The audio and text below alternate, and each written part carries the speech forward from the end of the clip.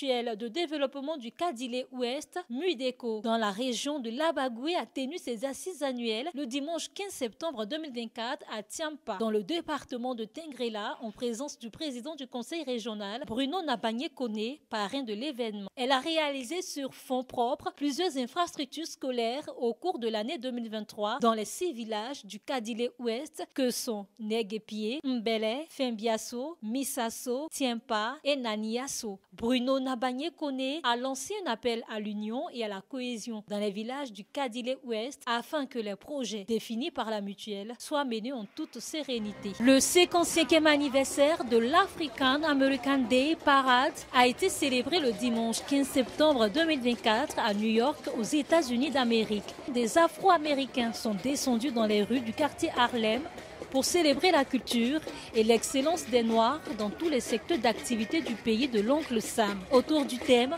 « Bon dirigeant, bon gouvernement, votez ». It represents a lot for me. It's my culture, it's my people.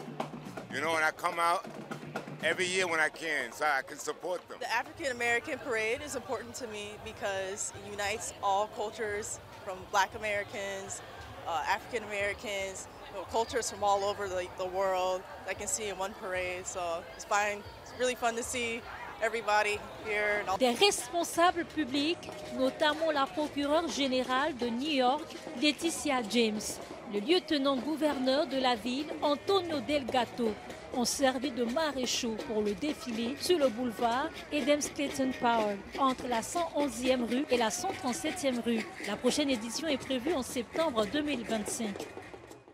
Adou Kofi, secrétaire général du syndicat national des halieutes de Côte d'Ivoire, SINASI, a prononcé une conférence de presse le samedi 14 septembre 2024 au siège de la centrale syndicale Humanisme à Abidjan-Adjamé pour réclamer une revalorisation des conditions de travail. 3 corps de métier exerçant au MIRA, mais seulement un seul corps s'accapare de tout dans un désordre total. Difficulté d'encadrement, de protéger et de conserver convenablement la ressource halieutique et les acteurs de la pêche. Impossibilité d'évaluer le stock de nos ressources halieutiques selon les normes. Manque de personnes de ressources fiables comme décideurs. Manquement grave de notre hiérarchie vis-à-vis de nos obligations. Le secrétaire général du SINASI a évoqué la nécessité d'organiser des états généraux de la filière et la mise en place d'un comité de suivi pour l'application des résolutions adoptées. Le SINASI exige la validation et le traitement particulier des halieutes, la nécessité de l'organisation des états généraux de la filière halieutique et la mise en place d'un comité de concertation et de suivi de l'application des résolutions des états généraux.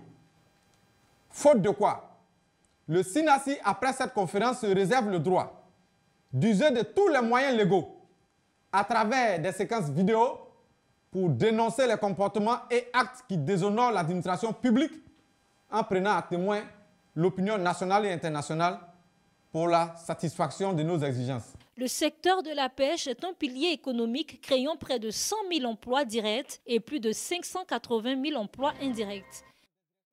Le conseil régional de l'Abagoué a offert 400 tables bancs le samedi 14 septembre 2024 à 6 établissements scolaires dans les 3 départements de la région. Selon Bruno Koné, président du conseil régional, cette action traduit la volonté du conseil de relever le niveau de l'éducation dans l'Abagoué et d'en faire l'un des leviers du développement dans la région. Les établissements bénéficiaires sont le lycée moderne de Kasséré, le collège moderne de Landiougou à Bondiali, les collèges modernes de Blességué et de Sianala dans le département de Kouto, ainsi que les collèges modernes de Negepié et de San dans le département de Tengrela. À terme, 2500 tables bancs seront mises à la disposition des établissements scolaires dans la région. Kevin Fieni en tournée nationale pour mobiliser ses militants. Le président du parti pro-Côte d'Ivoire pour la démocratie, la prospérité et la souveraineté, Kevin Fieni Kofi, a lancé sa tournée nationale pour la présidentielle d'octobre 2025, le vendredi 13 septembre 2024 à Guindé, son village natal, dans la région du Gantougo. Il a signifié que l'objectif est d'inviter ses militants à s'inscrire sur la liste électorale en vue de le porter à la tête de la Côte d'Ivoire pouvoir au soir de la présidentielle à venir. Kevin Fieni Kofi a présenté son programme de gouvernance qui propose la création d'une république fédérale en 9 États fédérés. Cela